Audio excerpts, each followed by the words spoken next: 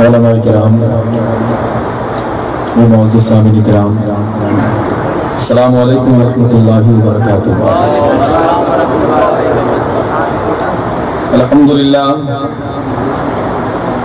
الحمدللہ وکفا والصلاة والسلام علی نبیہ ورسولہ المصطفى وعلى آلہ واصحابہ البررۃ التقاء، اما بعد فاعوذ باللہ من الشیطان الرجیم،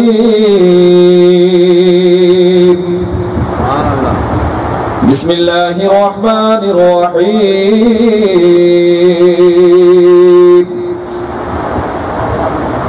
كما قال الله تبارك وتعالى في القرآن المجيد باللسان النبي الأمين الكريم القسيم النعيم الحليم العظيم، عليه أفضل الصلاة والتسليم،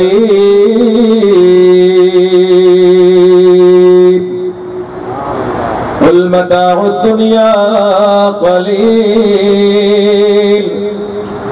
والآخرة خير لمن اتقى ولا تظلمون فتيلا،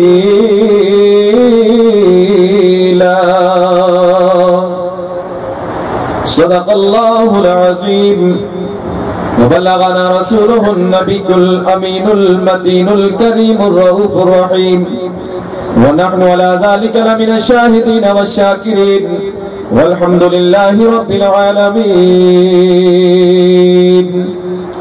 غوث اعظم دمن بے سر و ساما مدد، قبلہ دی مدد، کعبہ ایمان مدد، قادری امنارے یا غوث اعظم می زنم، دمز شیخ احمد رضا خان قطب عالم می زنم کی شفاعت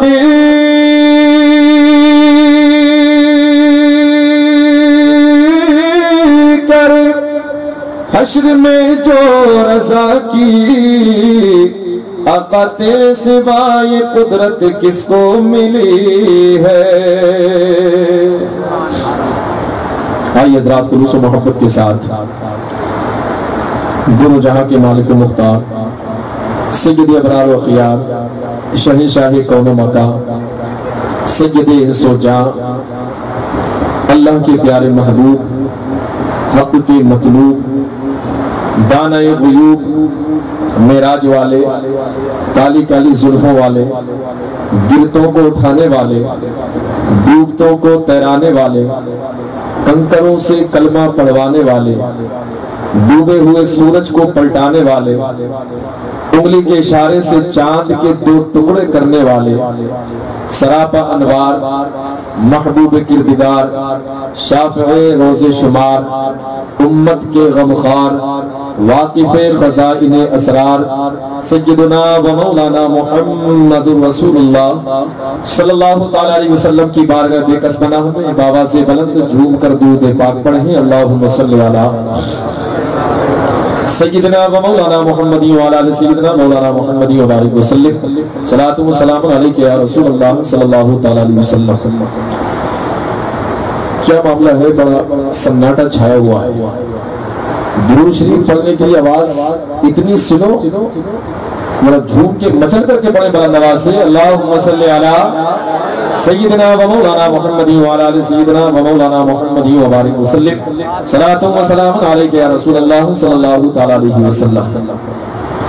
آئیے حضرات، بڑی دیر سے آپ نعت و منقبت بڑے ہی اچھے انداز میں سماعت فرما رہے تھے، میں بھی حصول برکت کے لیے کلام الامام امام الکلام کی چند اشعار آپ حضرات کی خدمت میں پیش کر رہا ہوں، ملاحظہ فرما لیں۔ ہاتھ اٹھا کر سب ایک مرتبہ بابا سے بلند کہیں یا رسول اللہ۔ سرور کہوں کہ مالک و مولا کہوں تجھے، سرور کہوں کہ مالک و مولا کہوں تجھے، سرور کہوں کہ مالک و مولا کہوں تجھے، باغ خلیل کا گل زیبا کہوں تجھے باغِ خلیل کا گل زیبا کہوں تجھے اللہ تیرے جسم منور کتابش اللہ تیرے جسم منور کتابش اے جانے جا ایمان جائے جانے جا میں جانے تجلا کہوں تجھے اے جانے جا میں جانے تجلا کہوں تجھے سرور کہوں کہ مالکو مولا کہوں تجھے تیرے تو وصف بے تناہی سے ہے بری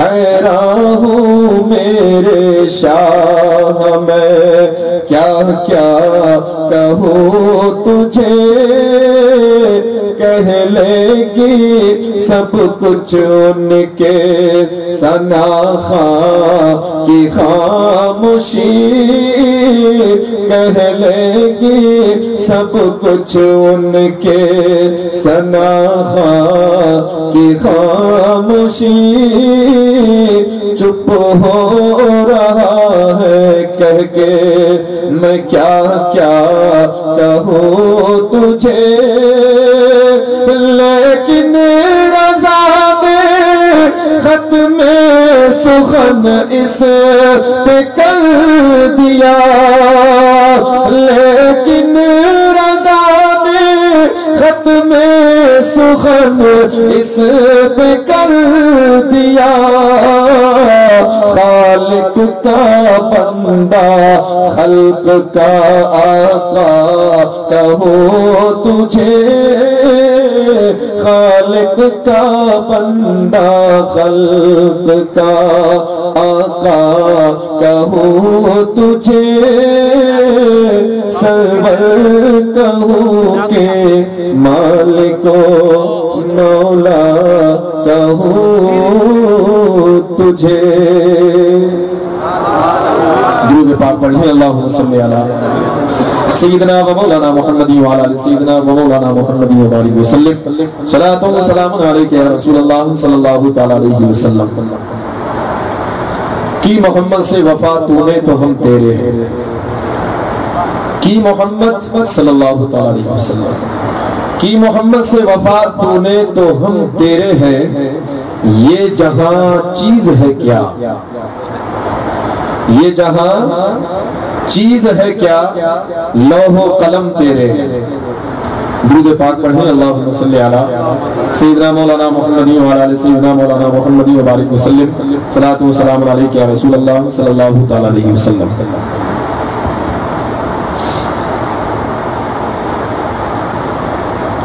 اور ایک مرتبہ جھوم کر پڑھیں اللہم صلی علی سیدنا و مولانا محمدی و علی سیدنا مولانا محمدی و بارک وسلم صلاۃ و سلام علیک یا رسول اللہ صلی اللہ تعالی علیہ وسلم کی محمد سے وفا تو نے تو ہم تیرے ہیں یہ جہاں چیز ہے کیا یہ جہاں چیز ہے کیا لوح و قلم تیرے ہیں کی محمد سے وفا پھر اس سے پہلے ایک شعر سنیں خودی کو کر بلند اتنا کہ ہر تقدیر سے پہلے خودی کو کر بلند اتنا کہ ہر تقدیر سے پہلے خدا بندے سے خود پوچھے بتا تیری رضا کیا ہے خدا بندے سے خود پوچھے بتا تیری رضا کیا ہے کی محمد سے وفا تو نے تو ہم تیرے ہیں یہ جہاں چیز ہے کیا ذہن حاضر رکھیں یہ جہاں چیز ہے کیا لوح و قلم تیرے ہیں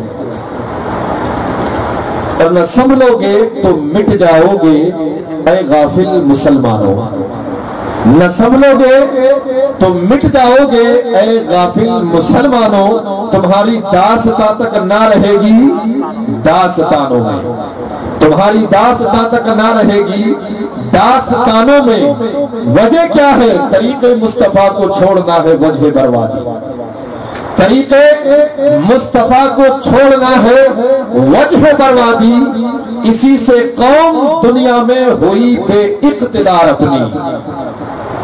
اور ہم اگر اب بھی خیر چاہیں تو وقت ہے، یہ عہد کر لیں کہ ہمیں کرنی ہے شہنشاہ بطحا کی رضا جو، ہمیں کرنی ہے شہنشاہ بطحا کی رضا جوئی۔ وہ اپنے ہو گئے تو رحمت پروردگار اپنی، وہ اپنے ہو گئے تو رحمت پروردگار اپنی، کی محمد سے وفا تو نے تو ہم تیرے ہیں، یہ جہاں چیز ہے کیا لوح و قلم تیرے ہیں۔ حضرات، دنیا کے حالات آپ دیکھ رہے ہیں، خاص طور سے ہندوستان کے حالات، مسلمانوں پر ظلم و ستم، مسلمانوں کو ستانا، اور ہر وقت مسلمانوں کے پیچھے پڑے رہنا۔ اس کی وجہ کیا ہے؟ کیا کسی میں اتنی جرت ہے جو مسلمان کی طرف آنکھ اٹھا کر کے دیکھ لے؟ لیکن آج یہ حالات کیوں پیدا ہو گئے؟ اس کی وجہ کیا ہے؟ حضرات تاریخ اٹھا کر کے دیکھیں، جب تک ہم رسول ہاشمی کے فرامین کو عملی جامہ پہناتے رہے، جب تک ہم شہنشاہ کون و مکان کے نقش قدم پر چلتے رہے، جب تک ہم سنت مصطفیٰ کی اطاعت کرتے رہے، جب تک ہمارے اندر اطاعت مصطفیٰ کا جذبہ موجزب رہا، ہم غالب رہے، ہم غالب رہے۔ غیر بھی ہمارا نام بڑے ادب سے لیا کرتے تھے، دولت ہمارے قدموں میں تھی، عزت ہمارے جلووں میں تھی، حکومت ہمارے ساتھ تھی، دشمنوں کے دلوں پر ہمارا رعب بیٹھا ہوا تھا، دشمنوں کے دلوں پر ہمارا خوف بیٹھا ہوا تھا، دشمنوں کے دلوں پر ہماری ہیبت بیٹھی ہوئی تھی۔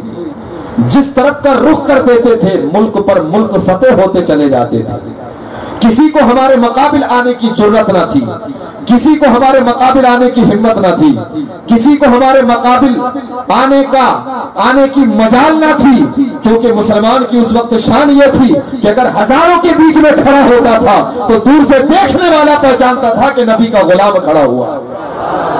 لباس اسلامی تھا، چہرہ اسلامی تھا، وضاقت اسلامی تھی، چلنے کا انداز اسلامی تھا، ہر طریقہ اسلامی تھا۔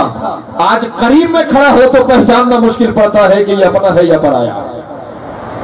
چہرہ دیکھو تو انگریزی، لباس دیکھو تو انگریزی، چال ڈھال دیکھو تو انگریزی، پہچاننا مشکل پڑتا ہے کہ اس کو سلام کیا جائے یا نہیں کیا جائے، اپنا ہے یا پرایا۔ وہ ہمارا خوف جو دشمنوں کے دلوں کے اندر تھا، وہ ہمارا رعب جو دشمنوں کے دلوں پر بیٹھا ہوا تھا، آخر وہ کہاں گیا؟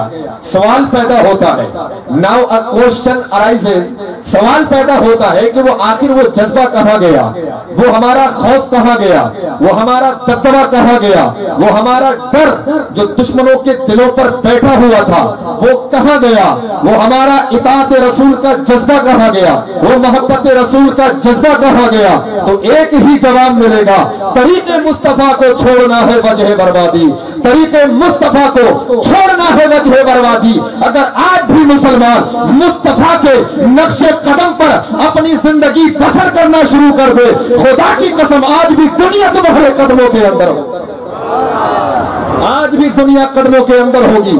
ڈاکٹر اقبال نے بڑی اچھی بات کہی، تم وضع میں نصارہ تو تمدن میں ہنود۔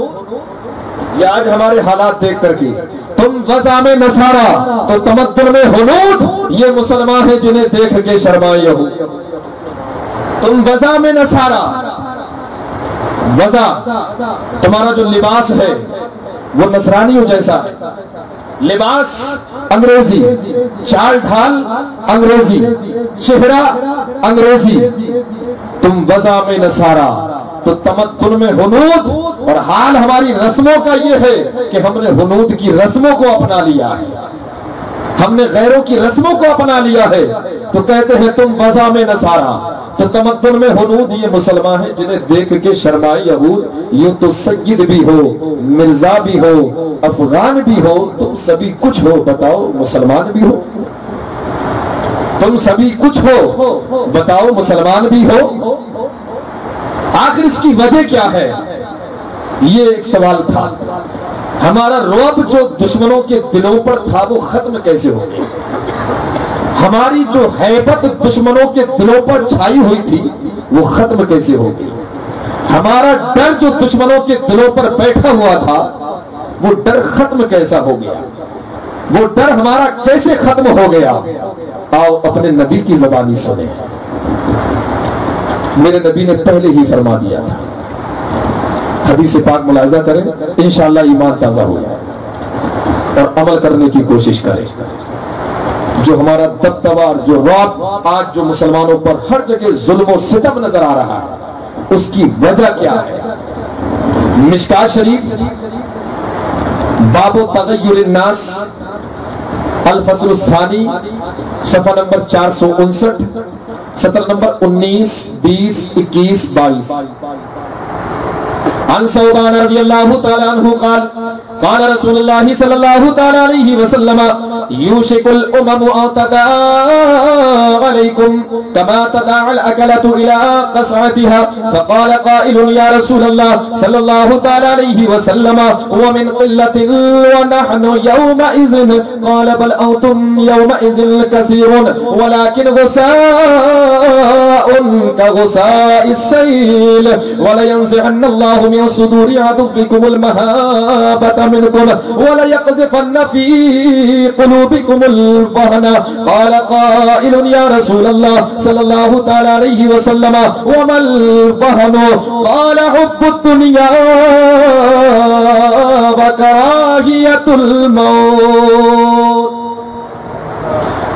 میرے نبی کا یہ فرمان، ایک ایک لفظ پر غور کریں، میں بڑے آرام سے اور بڑے دھیرے بول رہا ہوں، غور کریں اور ذہن کو حاضر رکھیں، اپنے حالات کو دیکھیں، اپنے آپ کو دیکھیں، اور ساری دنیا کے ساتھ ساتھ خاص طور سے ہندوستان کے حالات کو سامنے رکھیں، اور پھر میرے نبی کی زبان مبارک سے ایک ایک جملہ نوٹ کریں۔ جناب حضرت ثوبان رضی اللہ تعالیٰ عنہ سے روایت ہے، آقا علیہ السلام نے فرمایا قریب ہے کہ امتیں تم پر ایسی دعوت دے جیسے کھانے والے اپنے پیالے کی طرف۔ جملہ سمجھ میں نہیں آیا ہوگا، پھر ترجمہ سنیں، پھر میں اس کی وضاحت کرتا ہوں۔ میرے آقا نے فرمایا قریب ہے کہ امتیں تم پر ایسی دعوت دے جیسے کھانے والے اپنے پیالے کی طرف۔ کیا مطلب؟ مطلب یہ ہے، میرے نبی نے فرمایا اے غلاموں، اے میرے غلاموں، اے میرے امتیوں، ان قریب تم پر ایسا وقت آنے والا ہے، ان قریب تم پر ایسا وقت آنے والا ہے کہ ساری غیر قومیں، چاہے وہ یہودی ہو یا نصرانی ہو، مشرکین ہو، مجوسی ہو، ساری قومیں تم کو مٹانے کے لیے سب متفق ہو جائیں گی، ساری قومیں تمہیں برباد کرنے کے لیے سب ایک ہو جائیں گی، ساری قومیں تمہیں مٹانے کے لیے سب متفق ہو جائیں گی، اور ایک دوسرے کو دعوت دیں گے، آؤ مسلمانوں کو مٹاتے ہیں، آؤ مسلمانوں کو ستاتے ہیں، آؤ مسلمانوں کو مٹاتے ہیں، آؤ مسلمانوں سے ملک کو خالی کراتے ہیں۔ حضرات غور کریں، عیسائی اور یہودی آپس میں دشمن ہیں، لیکن مسلمانوں کو جب مٹانے کی بات آتی ہے تو دونوں ایک ہیں۔ صرف عیسائی اور یہودی ہی نہیں بلکہ ہر قوم، میرے آقا نے فرمایا تمام آپس میں ایک دوسرے کو دعوت دیں گے، مسلمانوں کو مٹانے کے لیے سب ایک دوسرے کو دعوت دیں گے، آؤ ہمارے ساتھ ہو جاؤ، ہم تمہارے ساتھ ہیں، مسلمانوں کو ختم کرتے ہیں۔ جب میرے آقا نے یہ فرمایا، ایک صحابی کھڑے ہو گئے، عرض کرتے ہیں یا رسول اللہ صلی اللہ تعالی علیہ وسلم ومن قلت ونحن یومئذ، یا رسول اللہ کیا یہ ہماری کمی کی وجہ سے ایسا ہوگا؟ ذہن حاضر رکھیں، آقا کیا ہماری کمی کی وجہ سے ایسا ہوگا؟ کیا آقا ہماری تعداد کم ہوگی؟ آقا کیا ہماری تعداد اس وقت کم ہوگی جو ہم پر سب حاوی ہو جائیں گے؟ یا رسول اللہ جو غیروں کے حوصلے ہمارے مقابل میں اتنے بلند ہو جائیں گے، کیا یا رسول اللہ اس کی وجہ یہ ہوگی کہ ہماری تعداد کم ہوگی؟ ہم تھوڑے ہوں گے؟ جس طرح آج ہماری تعداد زیادہ ہے، جس طرح آج ہمارا خوف ان کے دشمنوں کے دلوں پر بیٹھا ہوا ہے، آج ہمارا رعب دشمنوں کے دلوں پر بیٹھا ہوا ہے، جس طرح آج ہماری ہیبت دشمنوں کے دلوں پر بیٹھی ہوئی ہے، تو کیا یا رسول اللہ اس وقت جو ہم پر سب حاوی ہو جائیں گے تو آقا کیا اس کی وجہ یہ ہوگی ہماری تعداد کم ہوگی؟ میرے آقا فرماتے نہیں، بل انتم یومئذ کثیر، بلکہ اس وقت تو تمہاری تعداد بہت ہوگی۔ میرے نبی کا فرمان ہے، حالات کو سامنے رکھیں، میرے نبی کا فرمان پر غور کریں۔ فرمایا اس وقت میرے نبی نے تمہاری تعداد بہت ہوگی، آج کے مقابلے میں اس دن اس وقت تمہاری تعداد بہت ہوگی۔ آج تم لاکھوں کی تعداد میں ہو، اس وقت کروڑوں کی تعداد میں ہو۔ بولیے ہے کہ نہیں تعداد؟ کروڑوں میں تعداد ہے کہ نہیں؟ میرے آقا نے فرمایا آج تو لاکھوں کی تعداد میں ہو، اس وقت کروڑوں کی تعداد میں ہوگی۔ آقا پھر وجہ کیا ہوگی جو غیر ہم پر اس طرح حاوی ہو جائیں گے؟ یا رسول اللہ وجہ کیا ہوگی؟ تعداد بھی ہماری بہت ہوگی، تعداد بھی آج سے زیادہ ہوگی۔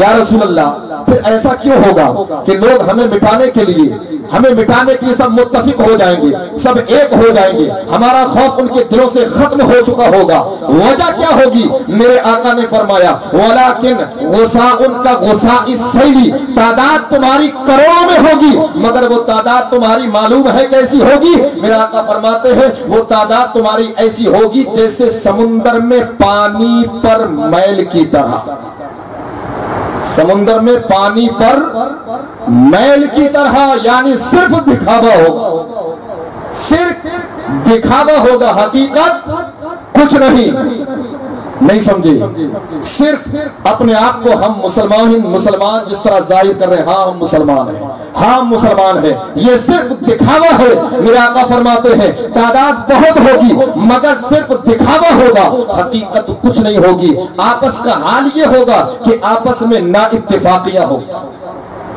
آپس میں نا اتفاقیہ ہوگا، دل پریشان ہوگا۔ دل پریشان کیوں ہوگا؟ دل بے چین کیوں ہوگا؟ دل بے قرار کیوں ہوگا؟ اس کی وجہ کیا ہوگی؟ کیونکہ دلوں کو جہاں سکون ملتا ہے، دلوں کو جس چیز سے قرار ملتا ہے، دلوں کو جس چیز سے اطمینان حاصل ہوتا ہے، ہم آج اس سے دور ہیں۔ آپ کہیں گے کہ دلوں کو سکون کس چیز سے ملتا ہے، دلوں کو قرار کس چیز سے حاصل ہوتا ہے، دلوں کو اطمینان کس چیز سے حاصل ہوتا ہے؟ تو یاد رکھنا دلوں کا اطمینان دولت میں نہیں ہے، دلوں کا سکون زمین و جائیداد میں نہیں ہے، دلوں کا سکون ایئر کنڈیشن مکان میں نہیں ہے، دلوں کا سکون زمین و جائیداد میں نہیں ہے، دلوں کا سکون بینک بیلنس میں نہیں ہے، دلوں کا سکون پھر ہے کس میں؟ تو میرا رب فرماتا ہے قرآن پڑھے الا بذکر اللہ تطمئن القلوب، دلوں کو اگر اطمینان چاہیے تو وہ رب کے ذکر میں تمہیں حاصل ہو۔ دلوں کا سکون، دلوں کا قرار رب کے ذکر سے حاصل ہوتا ہے۔ میرا آقا فرماتے ہیں دل پریشان ہوگا کیونکہ ہم اللہ کے ذکر سے غافل ہو چکے ہوں گے، دل آرام طلب ہوگا، دل صرف آرام چاہے گا، عقل کی کمی ہوگی۔ یا رسول اللہ ایسا ہوگا کیوں؟ آقا اس کی وجہ کیا ہے؟ ومل وہن، آقا یہ وہن کیا ہے؟ یا رسول اللہ یہ ایسا کیا ہوگا؟ پہلے میرے آقا نے فرمایا کہ تعداد بہت ہوگی مگر صرف کیا ہوگا؟ جیسے سمندر میں پانی پر میل کی طرح۔ جب معاملہ صرف دکھاوے کا ہوگا تو پھر کیا ہوگا؟ یہ جو ہمارا خوف ختم ہو گیا۔ میرے آقا فرماتے ہیں وَلَيَنزِعَنَّ اللَّهُ مِنْ صُدُورِ عَدُوِّكُمُ الْمَحَابَةَ مِنْكُمْ، جب تمہاری یہ کیفیت ہوگی، اللہ کے ذکر سے تم غافل ہوگے، اللہ کی بندگی سے تم جب غافل ہو جاؤ گے، جب تمہیں سکون جہاں ملنا چاہیے تھا اس جگہ سے غافل ہو جاؤ گے، اللہ کے اس ذکر سے غافل ہو جاؤ گے، اللہ اس کے رسول کے ذکر سے غافل ہو جاؤ گے، تو پھر کیا ہوگا؟ میرے آقا فرماتے ہیں اس وقت وقت تمہارے دشمنوں کے دلوں سے تمہارا خوف نکال دیا جائے گا۔ یہ کون کہہ رہا ہے؟ نبی فرما رہے ہیں۔ کیا فرمایا کہ اس وقت تمہارے دشمنوں کے دلوں سے تمہارا خوف نکال دیا جائے گا، تمہارا ڈر نکال دیا جائے گا، تمہاری ہیبت نکال دی جائے گی۔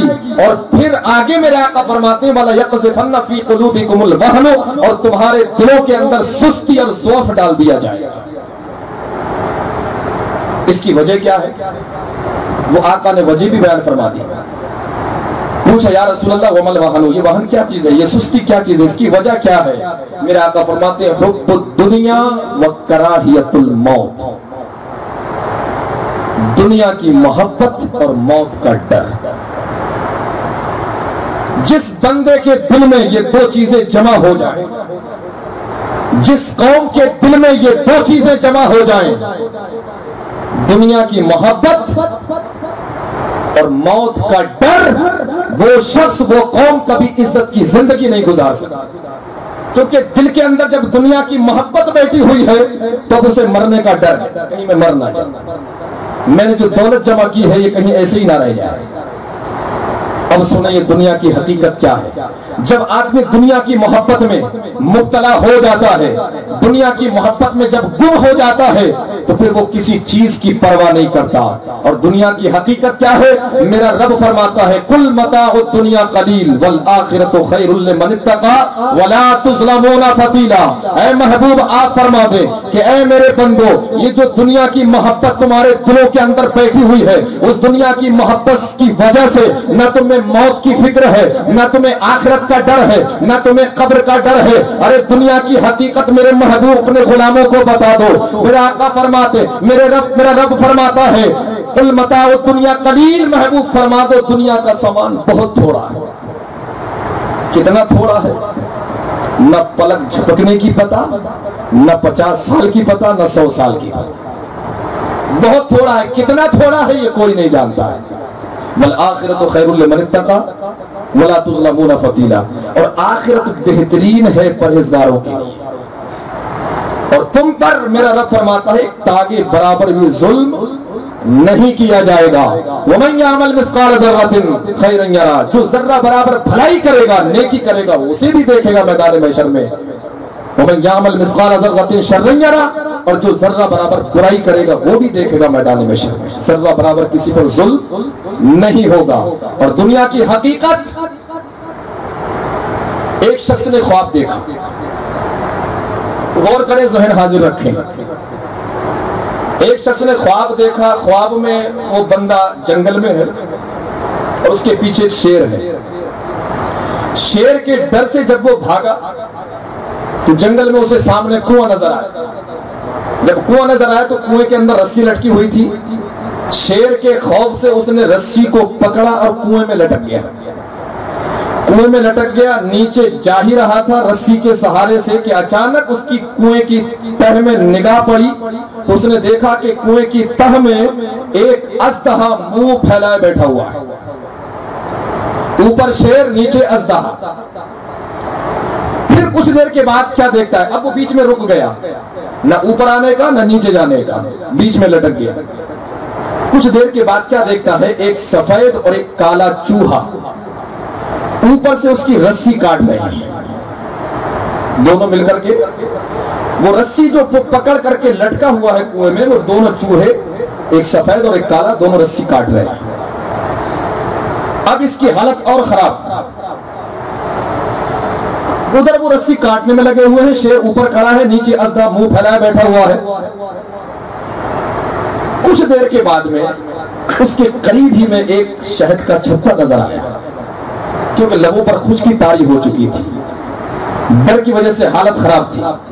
اب جب شہد کا چھتا نظر آیا تو شیر کی طرف سے بھی توجہ ہٹ گئی، اژدہا کی طرف سے بھی توجہ ہٹ گئی، چوہے جو رسی کاٹ رہے تھے ان کی طرف سے بھی توجہ ہٹ گئی، کیونکہ اب جب اس نے شہد کھانا شروع کیا تو اب وہ اس کی لذت میں مگن ہو گیا، شہد کی لذت میں مگن ہو گیا، کھو گیا۔ نہ شیر کی خبر، نہ اژدہے کا کوئی ڈر، نہ شیر کا کوئی ڈر، چوہے رسی کاٹ رہے ہیں ان سے بھی توجہ ہٹ گئی۔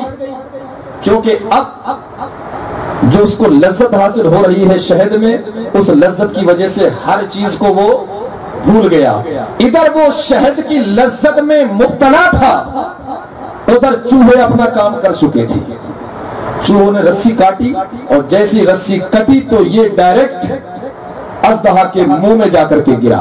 جب اژدہا کے منہ میں جا کر کے گرا تو خوف سے اس کی آنکھ کھل گئی۔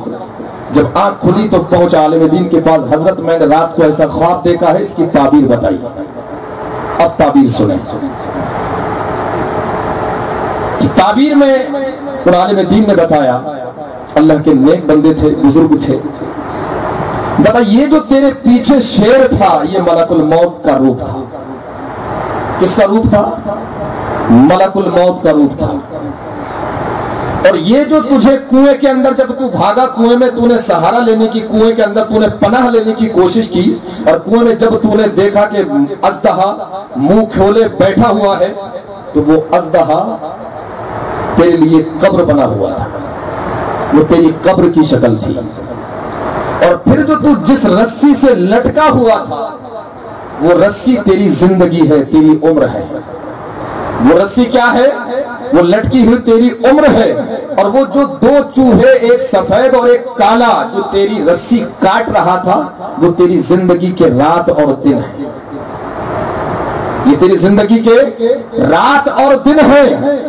اور وہ جو تو شہد سے لذت حاصل کر رہا تھا، یہ دنیا کی مثال ہے کہ بندہ جب دنیا میں، دنیا کی محبت میں، دنیا کی لذتوں میں جب مگن ہو جاتا ہے، دنیا کی محبت جب اس کے اندر دل کے بیٹھ جاتی ہے، نہ وہ ملک الموت کی فکر کرتا ہے، نہ موت کی فکر ہوتی ہے، نہ قبر کی فکر ہوتی ہے، نہ اسے یہ احساس ہوتا ہے کہ میری زندگی کا ایک ایک لمحہ کس طرح کرتا جا رہا ہے۔ ہر رات جو گزر گئی ہے وہ واپس آنے والی نہیں ہے، ہر دن جو گزر گیا ہے وہ واپس آنے والا نہیں ہے۔ فرماتے ہیں بس تیری یہ جو زندگی کی جو رسی کاٹ رہے ہیں، یہ سفید اور کالا چوہا، بس یوں سمجھ لے یہ دن اور رات تیری زندگی کے یہ عمر کم کرتے جا رہے ہیں۔ تیری طرف آخرت آ رہی ہے اور دنیا تجھ سے دور جا رہی ہے۔ بس سمجھ لے کہ دنیا کی محبت میں جو پھنس گیا وہ برباد ہو گیا، اور جس نے دنیا کی محبت کو دل سے نکال کر آخرت کو اپنا لیا ہے، اس کی دنیا بھی آباد ہو گئی ہے، اس کی آخرت بھی آباد ہو گئی۔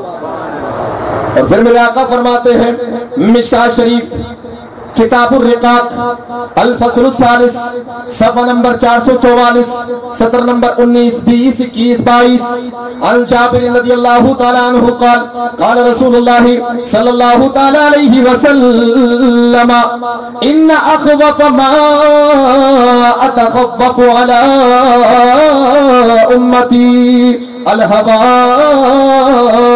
وطول الامل فاما الهوى فيصد عن الحق واما طول الامل فيوصي الاخره وهذه الدنيا مرتحله ذاهبه وهذه الاخره مرتحله قادمه وهذه الاخره مرتحله قادمه ولكل واحده منهما بنون فان استطعتم الا تكونوا من بني الدنيا فافعلوا فإنكم اليوم في دار العمل ولا حساب وأنتم غدا في دار الآخرة ولا عمل۔ محبت سے مچل گئے۔ حضرت جابر رضی اللہ تعالیٰ عنہ بیان فرماتے ہیں دنیا کی حقیقت کیا ہے، جو آج ہم دنیا کے اندر جس طرح سے ہم مبتلا ہیں اس کی محبت میں، یہ ہماری آخرت کو برباد کر رہی ہے۔ جناب حضرت جابر رضی اللہ تعالیٰ عنہ فرماتے ہیں میرے آقا نے فرمایا کہ میری امت پر مجھے جن چیزوں میں سے سب سے زیادہ خوف ہے ان میں سے ایک تو نفسانی خواہش اور دوسری لمبی امیدیں۔ نفسانی خواہش سے مراد یہ ہے کہ ہر وہ کام جو اسلام کے خلاف، ہر وہ کام جو شریعت مصطفیٰ کے خلاف ہو اس کو نفسانی خواہش کے مطابق کہتے ہیں۔ وہ اس بات کی پرواہ ہی نہیں کرے کہ یہ جائز ہے کہ ناجائز ہے، میں دولت کما رہا ہوں یہ جائز طریقے سے کما رہا ہوں یا ناجائز طریقے سے کما رہا ہوں۔ میرے آقا فرماتے ہیں ان دو چیزوں کا مجھے بڑا خوف ہے، ایک تو نفسانی خواہش کہ اپنے نفس کی خواہش پورا کرنے میں یہ پرواہ ہی نہیں کرے کہ یہ جائز ہے کہ ناجائز ہے، جو بھی اسلام کے خلاف کام ہو اس کو کہا جاتا ہے نفسانی خواہش کے مطابق کام کرنا، اور جو اسلام کے خلاف ہو، شریعت مصطفیٰ کے خلاف ہو۔ اور پھر میرے آقا نے فرمایا دوسری چیز لمبی امید، ابھی عمر بہت پڑی ہے، بڑھاپا آئے گا تب نماز پڑھ لو۔ فرمایا ان دو چیزوں کا بہت خوف ہے، لمبی عمر پڑی ہے، بڑھاپا آئے گا تب نماز پڑھوں گا۔ کیا کوئی گارنٹی سے کہہ سکتا ہے کہ میں بڑھاپے کو پالوں گا؟ کیا بھروسہ ہے زندگانی کا، آدمی بلبلا ہے پانی کا۔ آپ نے دیکھا ہوگا لاکھوں کی کروڑوں کی بلڈنگیں بنانے والے، اربوں خربوں کی بلڈنگیں بنانے والے، بلڈنگیں بنانے کے بعد منٹ بھر بھی، سیکنڈ بھر بھی اپنی اس بلڈنگ میں رہ نہ سکے، ٹھوکر لگی دنیا سے چلے۔ اللہ نے آپ کو ہم کو کس لیے پیدا کیا ہے، اس پر ضرور غور کرنا۔ پھر میرے آقا فرماتے ہیں وَهَذِهِ الدُّنْيَا مُرْتَحِلَةٌ زَاهِدَةٌ، اے میرے غلاموں یہ دنیا کوچ کر کے جا رہی ہے، یہ دنیا کوچ کر کے جا رہی ہے۔ وَهَذِهِ الْآخِرَةُ مُرْتَحِلَةٌ قَادِمَةٌ، اور آخرت کوچ کر کے تمہارے قریب آ رہی ہے۔ جو زندگی کا دن گزر گیا وہ لوٹ کر آنے والا ہے، جو رات گزر گئی وہ لوٹ کر آنے والی ہے۔ غافل گھڑیال تجھے دیتا ہے منادی، اے غافل یہ گھڑیال تجھے دیتا ہے منادی، خالق نے تیری عمر کی ایک سانس گھٹا دی۔ ہر سیکنڈ پر تیری جو سانس گھٹ رہی ہے یہ لوٹ کر آنے والی ہے۔ ہم جو برتھ ڈے مناتے ہیں، کبھی غور کیا ہے کہ ہم کس چیز پر یہ خوشی کا اظہار کرتے ہیں؟ آنے والی چیز پر خوشی کا اظہار کیا جائے تو ہر ایک کو سمجھ میں آتا ہے، کوئی چیز ہماری جا رہی ہے اس پر ہم خوشی کا اظہار کریں یہ بات سمجھ میں نہیں آتی۔ تو آپ جو برتھ ڈے مناتے ہیں، پیدائش کا دن منانا چاہیے، لیکن کیسے منانا ہے؟ میرے نبی کے طریقے سے مناؤ۔ میرے نبی ہر پیر کو روزہ رکھتے ہیں، آپ سال میں کیوں، آپ تو ہر ہفتے مناؤ۔ میرے نبی ہر پیر کا، بلند آواز سے بات سمجھ میں آ رہی؟ میں بہت دھیرے بول رہا ہوں، آج تقریر کا انداز نہیں۔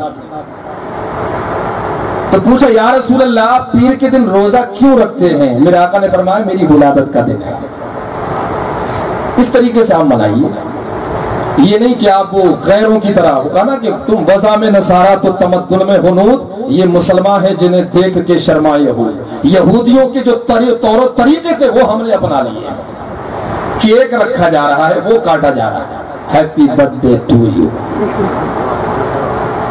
تیری پیدائش کا دن تجھے مبارک ہو۔ اس کو پوچھو کہ مبارک بات کس چیز پر دی جاتی ہے؟ کسی کی 10 سال کی عمر ہو گئی ہے، اس کی وہ پیدائش کا دن آیا، تو اب یہ بتائیے اس کی زندگی کے 10 سال کم ہو گئے یا 10 سال بڑھ گئے؟ کم ہو گئے۔ خوشی منانا تھی تو اس بات کی مناتا کہ ہاں اللہ کا شکر ہے کہ میری زندگی کے 15 سال گزرے ہیں وہ اللہ اور اس کے رسول کے فرامین پہ عمل کرتے ہوئے گزرے ہیں۔ تب تو برتھ ڈے مناتا تو تیرا برتھ ڈے منانا بھی تیرے لیے خوشی کا یہ سبب بن جاتا تیرے لیے۔ لیکن تو نے اپنی پچھلی زندگی پہ غور کر کے میں کس بات کی خوشی منا رہا ہوں، میری پچھلی زندگی گزری کیسی ہے؟ موبائل پر 3 پتی کھیلتے کھیلتے، بولیے یہ چل رہا ہے، جوا چل رہا ہے، نوجوانوں کا حال۔ موبائل ہاتھ میں رکھو، غور کرنا، میں آپ کو قرآن پڑھ کر کے سناؤں گا، کوئی کس سے کہانی نہیں سنا رہا ہوں میں آپ کو۔ موبائل ہاتھ میں ہے یا ایک ہی ہاتھ میں ہے یا دوسرے ہاتھ میں، دوسرے ہاتھ میں تو انگلی چل رہی ہے، ایک ہی ہاتھ میں تو انگوٹھا چل رہا ہے، یہی ہے۔ جوا بھی کھیلا جا رہا ہے۔ اب جوا کس کس طریقے کا ہے، کیسا کیسا جوا ہے، وہ جوا بھی کھیلا جا رہا ہے۔ کتنے ناجائز کام جو موبائل کے ذریعے کیے جا رہے ہیں وہ بھی کیے جا رہے ہیں۔ پکچر بھی دیکھ رہے ہیں، کھلی پکچر بھی، ننگی پکچر بھی، ہر طریقے کی دیکھ رہے ہیں۔ نوجوان ذہن کو حاضر رکھیں، باتیں بھی بڑی کڑوی لگیں گی، اللہ کا کلام سنیں پھر اپنا آپ محاسبہ کریں۔ موبائل ہاتھ میں، انگلیاں چل رہی ہیں، انگلیوں سے سارے کام ہو رہے ہیں، ہاتھ سے ہی سارے کام ہو رہے ہیں، جوا ہو رہا ہے، اسی میں ہار جیت ہو رہی ہے، پیسہ بھی جیت رہے ہیں، ہار بھی رہے ہیں، سارے ناجائز کام موبائل کے ذریعے ہو رہے ہیں کہ نہیں ہو رہے؟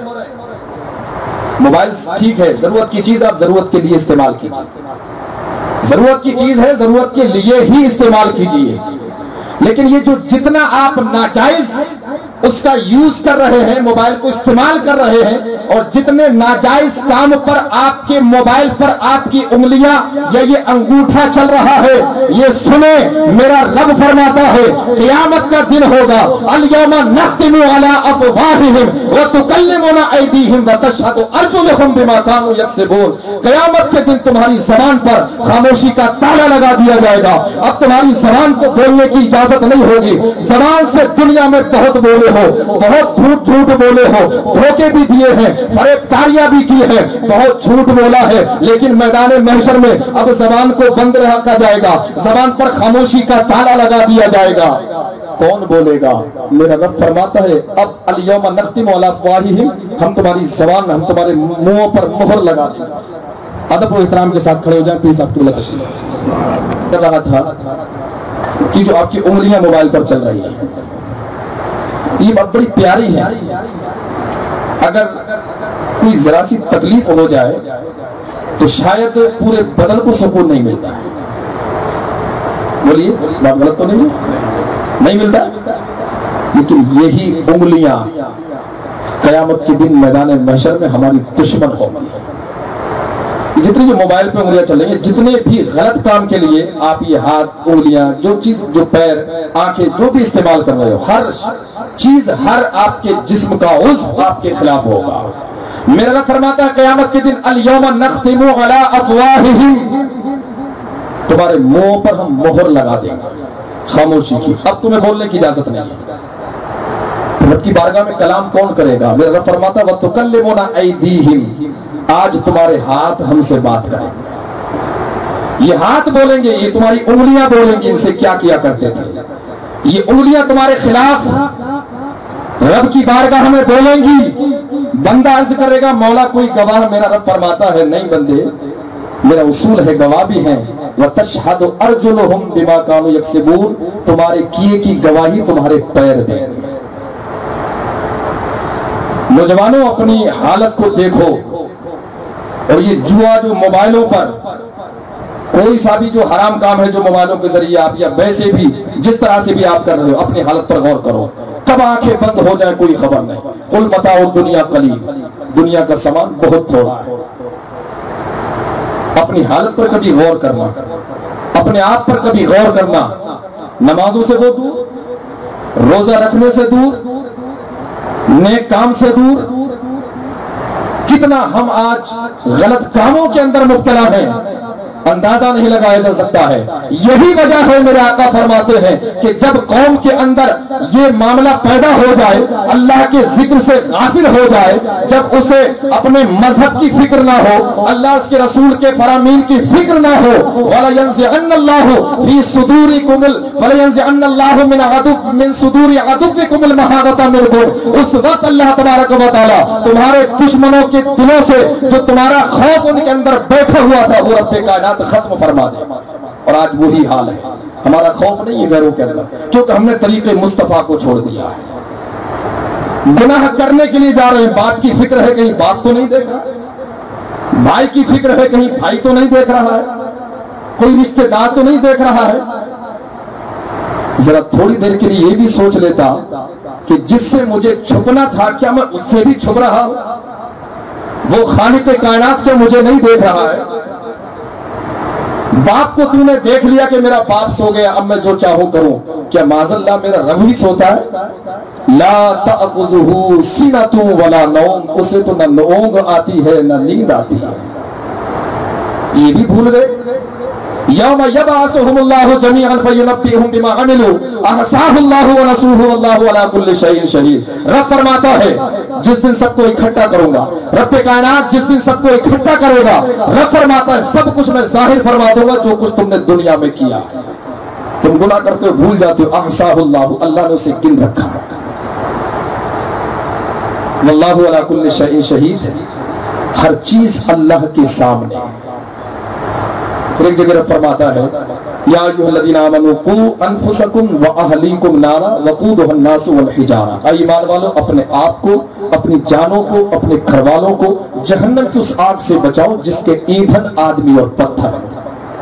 وہ جہنم کی آگ، میرے آقا فرماتے ہیں جہنم کی آگ کو 1000 برس تک بھڑکایا گیا، حتی احمرت، یہاں تک کہ وہ آگ سرخ ہو گئی، ثم اوقد علیہا الف سنۃ حتی ابیضت، پھر اسی آگ کو 1000 برس تک اور بھڑکایا گیا یہاں تک کہ وہ آگ سفید ہو گئی، ثم اوقد علیہا الف سنۃ حتی اسودت، پھر اسی آگ کو 1000 برس تک اور بھڑکایا گیا یہاں تک کہ وہ آگ سیاہ ہو گئی، کالی ہو گئی، جہنم کے اندر کوئی چنگاری سرخ نظر نہیں آتی ہے۔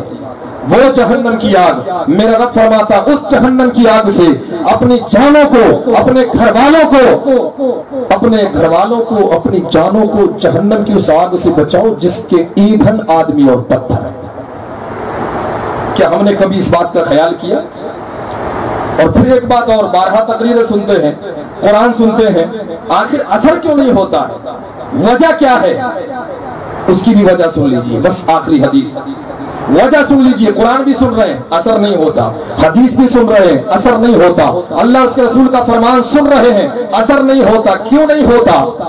میرے آقا فرماتے ہیں ان المؤمن اذا اذنب كانت نقطة سوداء في قلبه، جب بندہ مومن گناہ کرتا ہے تو اس کے دل پر ایک سیاہ نقطہ بن جاتا ہے، ایک سیاہ نشان بن جاتا ہے۔ جب بندہ مومن گناہ کرتا ہے تو اس کے دل پر ایک سیاہ نشان بن جاتا ہے، ایک کالا نشان بن جاتا ہے۔ فَإِن تَابَ وَنَزَعَ وَاسْتَغْفَرَ سُقِلَ قَلْبُهُ، اگر بندہ سچے دل سے توبہ کر لے، گناہ سے باز آ جائے، گناہ سے رک جائے اور آئندہ گناہ نہ کرنے کا عہد کر لے اور استغفار کرے تو دل اس کا صاف ہو جاتا ہے، دل اس کا صاف ہو جاتا ہے۔ بَإِن زَادَ زَادَتْ، لیکن اگر گناہ پہ گناہ کرتا جائے تو وہ سیاہ نشان بڑھتا رہتا ہے۔ فَذَلِكَ الرَّانُ الَّذِي ذَكَرَهُ اللَّهُ فِي كِتَابِهِ، پھر یہ وہ زنگ ہے، ایسی زنگ یہ ہو جاتی ہے کہ پورے دل کو وہ کالا نقطہ اپنی لپیٹ میں لے لیتا ہے، وہ سیاہ زنگ پورے دل پر آ جاتی ہے۔ اسی کا ذکر اللہ نے اپنی مقدس کتاب قرآن میں فرمایا ہے۔ میرا رب فرماتا ہے کَلَّا بَلْ رَانَ عَلَىٰ قُلُوبِهِمْ مَا كَانُوا يَكْسِبُونَ، کَلَّا ہرگز ایسا نہیں کہ تمہیں قرآن پڑھ کر کے سنایا جائے اور تمہارے دل پر اثر نہ ہو، نبی کا فرمان پڑھ کر کے سنایا جائے اور تمہارے دل پر اثر نہ ہو، اللہ اس کے رسول کا فرمان پڑھ کر سنایا جائے اور تمہارے دل پر اثر نہ ہو، کلا ہرگز نہیں۔ اثر نہ ہونے کی وجہ کیا ہے؟ میرا رب فرماتا ہے تمہارے دلوں پر تمہارے برے اعمالوں کا زنگ چڑھ گیا۔ گناہ کرتے ہو توبہ کی فکر نہیں، وہ بدعمالیوں کا زنگ تمہارے دلوں پر ایسا چڑھ گیا ہے کہ اس نے پورے دل کو گھیر لیا ہے۔ اب نہ قرآن کی آیتیں اثر کرتی ہیں، نہ نبی کا فرمان اثر کرتا ہے۔ سچے دل سے توبہ کرو، کتنے بھی گناہ ہوں میرا رب معاف فرمانے والا ہے۔ میرا رب فرماتا ہے میرے بندے اگر تیرے گناہ زمین کے ریت کے ذرات کے برابر بھی ہو، اگر تیرے گناہ بارش کے قطروں کے برابر بھی ہو، اگر تیرے گناہ سمندر کے جھاگ کے بھی برابر ہو، تو میری بارگاہ میں سچے دل سے توبہ کر لے، میں تیرے سارے گناہوں کو بخش کر تجھے جنت کا فرمان عطا فرماتا۔ لیکن شرط یہ سچے دل سے توبہ کر لو۔ اس دنیا میں جو دل لگا ہوا ہے آخرت کو یاد رکھو۔ رب فرماتا ہے قل متاع الدنیا قلیل والآخرۃ خیر لمن اتقی ولا تظلمون فتیلا۔ محبوب آپ فرماتے ہیں دنیا کا یہ سامان بہت تھوڑا ہے، دنیا کا سامان بہت تھوڑا ہے، اور پرہیزگاروں کے لیے آخرت اچھی ہے، وہاں تم پر ایک تاغی برابر بھی ظلم نہیں ہوگا۔ تو میرے آقا فرماتے ہیں دنیا کوچ کر کے جا رہی ہے اور آخرت کوچ کر کے آ رہی ہے، ان دونوں میں سے ہر ایک کے بچے وَلِكُلِّ وَاحِدَةٍ مِّنْهُمَا بَنُونَ، ان دونوں میں سے ہر ایک کے بچے ہیں، ان دونوں میں سے ہر ایک کے غلام ہیں، ان دونوں میں سے ہر ایک سے محبت کرنے والے ہیں، دنیا سے بھی محبت کرنے والے ہیں، آخرت سے بھی محبت کرنے والے ہیں، دنیا سے بھی چاہنے والے ہیں، آخرت کے بھی چاہنے والے ہیں۔ میرے نبی فرماتے ہیں فَإِنِ اسْتَطَعْتُمْ أَلَّا تَكُونُوا مِن بَنِي الدُّنْيَا اے میرے غلاموں اگر تم یہ کر سکو کہ دنیا کے غلام نہ بن کر کے آخرت کے چاہنے والے بن جاؤ تو ایسا کر لو، اس لیے کہ فَإِنَّكُمُ الْيَوْمَ فِي دَارِ الْعَمَلِ وَلَا حِسَابًا، اس لیے کہ آج تم عمل کی جگہ میں ہو، یہاں کوئی حساب نہیں ہے۔ عمل کی جگہ میں ہو، آج کوئی حساب نہیں ہے، کیا کر رہے ہو کوئی حساب نہیں لیا جا رہا ہے۔ وَأَنْتُمْ غَدًا فِي دَارِ الْآخِرَةِ وَلَا عَمَلًا، اور کل جب تم ہوگے آنکھیں بند ہو جائیں گی تو پھر حساب کے دن میں ہوگے، وہ جگہ حساب کی ہوگی، وہاں کوئی عمل نہیں ہوگا۔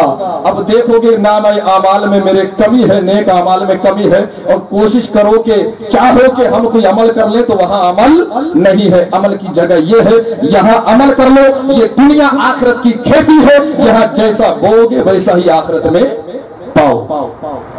تو حضرات آخرت کا خوف دل میں رکھیں، اس دنیا کی محبت کو دل سے نکال دیں۔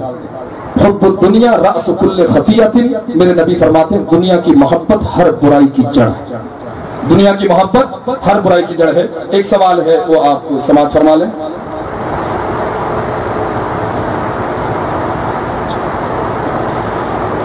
ابھی آنے والا مہینہ محرم الحرام کا ہے، اور اس میں جو ہے آپ دیکھتے ہی ہیں کہ محرم کے ساتھ میں وہ ڈھول باجے تاشے کے ساتھ میں جو وہ جلوس لے کر کے آتے ہیں، لوگ پہلے تو وہ اس کی حقیقت سن لیں، وہ کس کا کام ہے؟ وہ یزیدیوں کی نقل ہے۔ غور کریں، حضور پیر صاحب قبلہ تشریف فرما ہے، کس کا کام ہے؟ وہ میدان کربلا میں حضرت امام حسین کو شہید کرنے کے بعد آپ کے سر انور کو نیزے پر رکھ کر کے گلی کوچوں میں گھمایا گیا، جگہ جگہ ڈھول تاشے میلوں کا اہتمام کیا گیا۔ کس نے بجائے تھے یہ ڈھول تاشے؟ بولیے، سنتے ہیں بارہا۔ آج وہی کام ہم کر رہے ہیں اور کہتے ہیں ہم اپنے آپ کو اہل سنت و جماعت۔ میرا سوال یہ ہے کہ وہ جو ڈھول بجاتے ہوئے آتے ہیں، لوگ ان کے لیے سبیل لگاتے ہیں، کھانے کا اہتمام کرتے ہیں، کیا یہ ان کے لیے کھانے کا اہتمام، سبیل کا اہتمام، شربت کا اہتمام، کیا یہ جائز ہے؟ یہ ناجائز و حرام ہے۔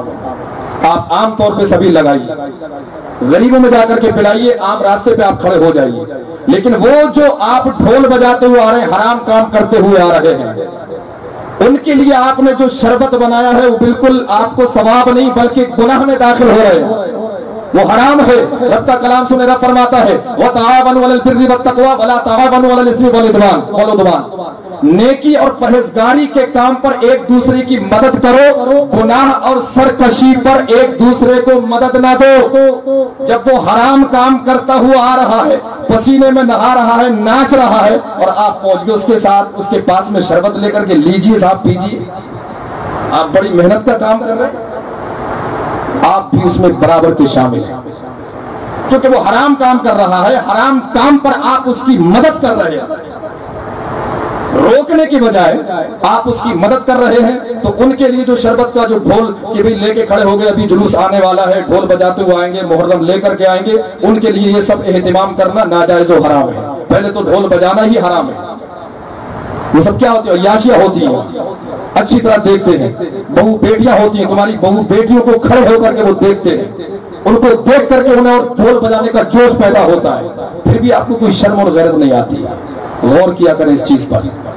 اللہ کی بارگاہ میں دعا ہے اللہ تبارک و تعالی ہمیں نیک عمل کی توفیق عطا فرمائے اور خرافاتوں سے بچنے کی توفیق عطا فرمائے۔ استغفر اللہ ربی من کل ذنب و اتوب الیہ وما علینا الا البلاغ۔ السلام علیکم ورحمۃ اللہ وبرکاتہ۔